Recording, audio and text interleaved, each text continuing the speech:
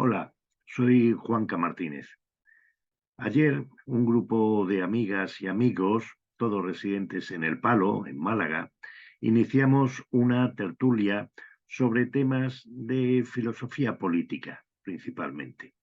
A mí se me encargó que preparara una charla introductoria, una charla inicial, sobre el tema de si estamos a las puertas de otra guerra mundial.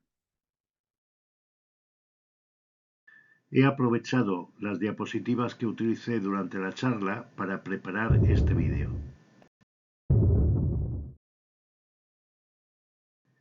En los años recientes, los analistas políticos y geoestrategas están utilizando el concepto de la trampa de Tucídides para considerar si es posible o inevitable el enfrentamiento bélico entre China y los Estados Unidos.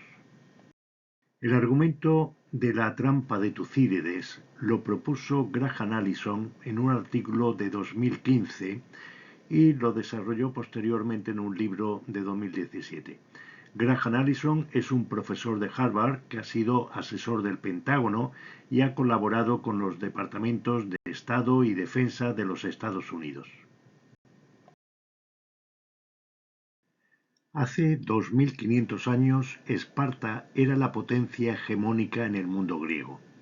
Sin embargo, Atenas estaba empoderándose y empezaba a ganar aliados, de forma que en el año 431 antes de nuestra era, Esparta empezó a invadir el Ática, iniciándose así la guerra del Peloponeso, que duraría 27 años. Tucídides era un ateniense de aquella época que escribió la historia de la guerra del Peloponeso, en la que se puede encontrar esta famosa frase: «Fue el ascenso de Atenas y el temor que esto infundió en Esparta lo que hizo inevitable la guerra», lo que se podría traducir en términos contemporáneos como «es el ascenso de China y el temor que está infundiendo en los Estados Unidos lo que hace inevitable la guerra». Graham Allison ha estudiado los 5 siglos más recientes de la historia y ha encontrado 16 casos en los que una potencia hegemónica fue desafiada por otra potencia en ascenso. De esos 16 casos, 12 terminaron en un enfrentamiento bélico, mientras que 4 se resolvieron de forma pacífica. Según este dato estadístico, podemos deducir que hay un 25% de probabilidad de que el enfrentamiento de los Estados Unidos con China se resuelva de forma pacífica y un 75% de que acabe en guerra. Sin embargo, los datos de Allison son cuestionables. De los 4 casos en los que la trampa de Tucídides se resolvió de forma pacífica, uno es el paso del cetro hegemónico del Imperio Británico a los Estados Unidos y otro es la pacífica renuncia de la Unión Soviética a seguir desafiando la hegemonía americana. ¿De verdad fueron tan pacíficos esos dos desafíos? Lo cierto es que el Imperio Británico había tenido que defender su hegemonía durante todo el siglo XIX de los desafíos franceses y alemanes en Europa y en los territorios coloniales. En la Primera Guerra Mundial, las potencias europeas se destrozaron mutuamente mientras Estados Unidos obtenía enormes beneficios vendiendo armas y abasteciendo a las potencias de la Triple Entente. Para cuando intervino directamente, el Reino Unido y los demás países europeos estaban agotados y los Estados Unidos simplemente impusieron su indiscutible poder.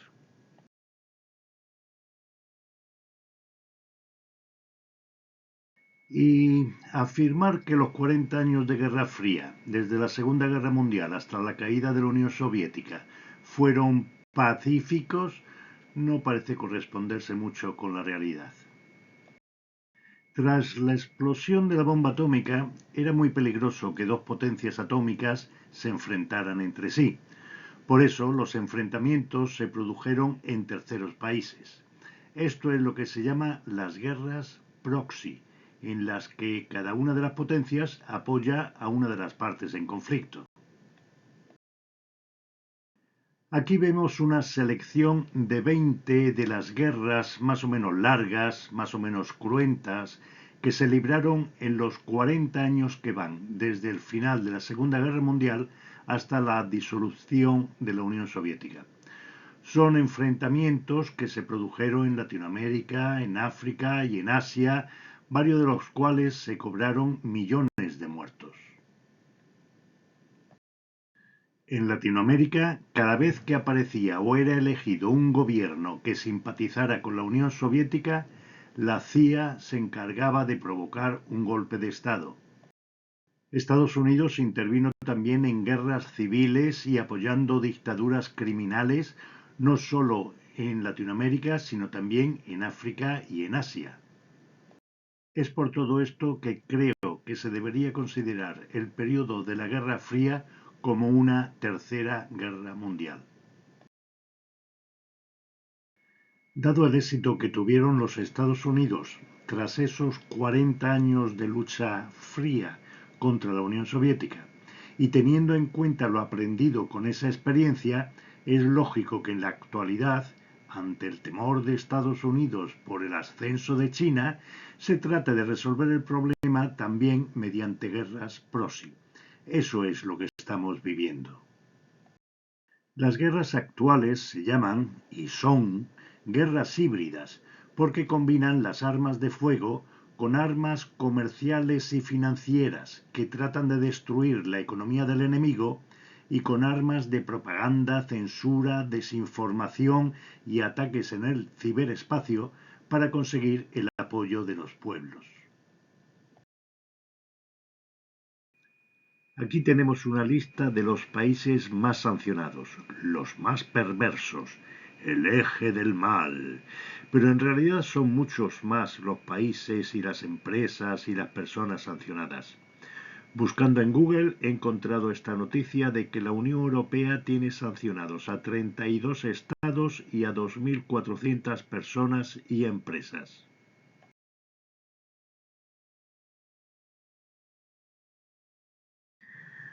Los instrumentos para la guerra económica y financiera son muy variados. Algunos de ellos, el Fondo Monetario Internacional y el Banco Mundial, se pusieron en marcha al acabar la Segunda Guerra Mundial. Los aranceles y las barreras comerciales son instrumentos muy antiguos que se han utilizado en muchas guerras desde el siglo XIX. La expropiación de reservas de oro y divisas ya es un caso extraordinario. Por ejemplo, Venezuela tenía depositados en bancos de Inglaterra sus reservas en oro y resulta pues que se las congelaron de forma que el gobierno venezolano no puede hacer uso de su oro que está depositado en esos sótanos de Londres. En el caso de Rusia es bastante peor. A Rusia le han confiscado 300.000 millones de dólares que tenía principalmente en forma de bonos de deuda pública americana. Es decir, Rusia, la Federación Rusa, había prestado dinero 300.000 millones a los Estados Unidos y se los han congelado y les han dicho que no puede disponer de ellos. Además, se han incautado bienes, yates, casas y propiedades, acciones de empresarios rusos en todo el mundo. Los tres últimos instrumentos de esta lista son los que se están aplicando especialmente contra China. Prohibición de invertir en ciertos sectores tecnológicos en China, pero además se está tratando de desalentar las inversiones de cualquier empresa en China. Tal como está la economía china y la economía mundial, la economía europea, que está en crisis, lo normal para los capitalistas y las empresas es que invirtieran en China.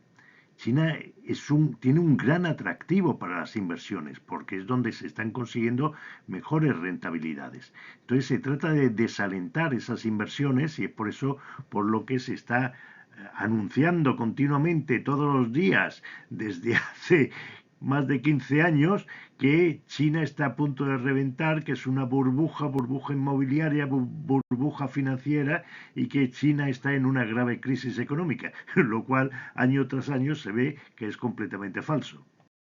Se está prohibiendo que las empresas avanzadas tecnológicamente vendan sus productos a China.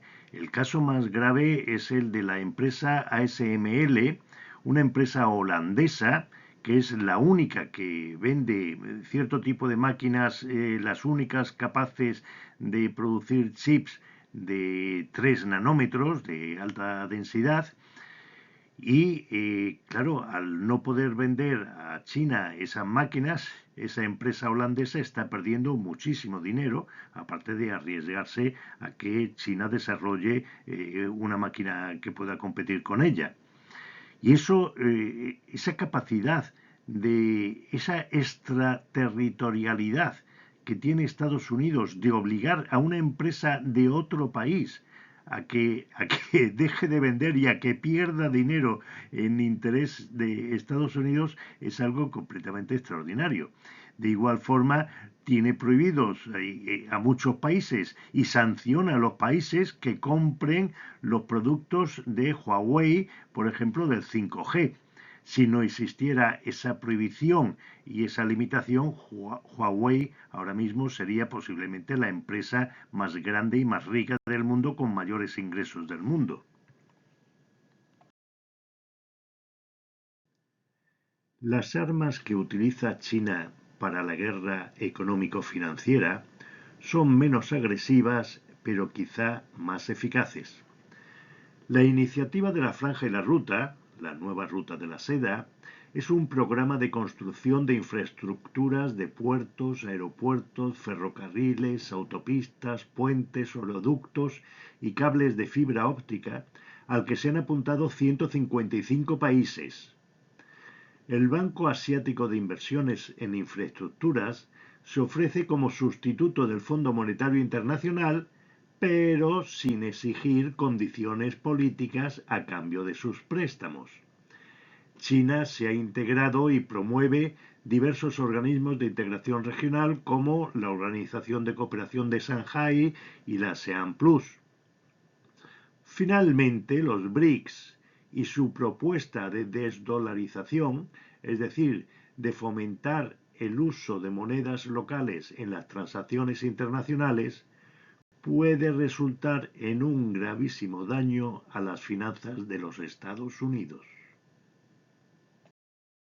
El desafío de China al poder hegemónico de los Estados Unidos se configura así como una lucha del sur global frente al occidente colectivo.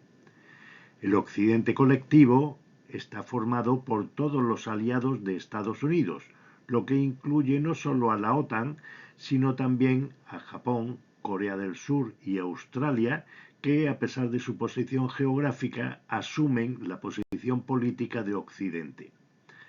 El sur colectivo son todos los demás, incluyendo por tanto a un país tan próximo al Polo Norte como Rusia. En las guerras, se dice, la primera víctima es la información y la verdad. Y ciertamente, tanto el occidente colectivo como el sur global controlan y manipulan todos los medios de información, bien directamente mediante la censura oficial, bien mediante la compra de los medios por los grandes capitales. Pero cada vez más, las víctimas no son solo la información y los medios, sino directamente los informadores. Hay en todo el mundo centenares de periodistas encarcelados y centenares de periodistas asesinados. Se oculta la verdad y se difunde la mentira. El objetivo es crear relatos para convencer a los pueblos de la necesidad de la guerra para defender la libertad y la justicia. Se trata de que los pueblos acepten los sacrificios económicos y humanos. Esto es un ejemplo de la propaganda china. Hace unos días, el portavoz oficial del Ministerio de Defensa de China hizo estas declaraciones que han sido divulgadas y comentadas en las redes de los países del sur global. Estados Unidos, dijo, es adicto a la guerra. De los 240 años de su existencia, solo han estado en paz 16. Mantienen 800 bases militares en más de 80 países y regiones del mundo. Cuando invaden y bombardean países, los dejan destrozados. Destrozados significa que sus industrias e infraestructuras de comunicación han sido voladas, que su población queda hambrienta y que tardarán años o decenios en recuperarse. Ese ha sido el destino de Afganistán, Irak, Siria, Libia y tantos otros. Estados Unidos está enviando a Ucrania municiones de uranio enriquecido y bombas de racimo sin respetar el derecho internacional humanitario que prohíbe las armas que causen daños superfluos o sufrimientos innecesarios y que tengan efectos indiscriminados. También está enviando armas a Israel, que está bombardeando indiscriminadamente la franja de Gaza, incluso con fósforo blanco. Estados Unidos es la fuente fundamental del caos en el orden internacional, el que manipula tras bastidores generando malestar global. Es el mayor destructor de la paz y la estabilidad en todas las regiones del mundo, dijo el portavoz chino.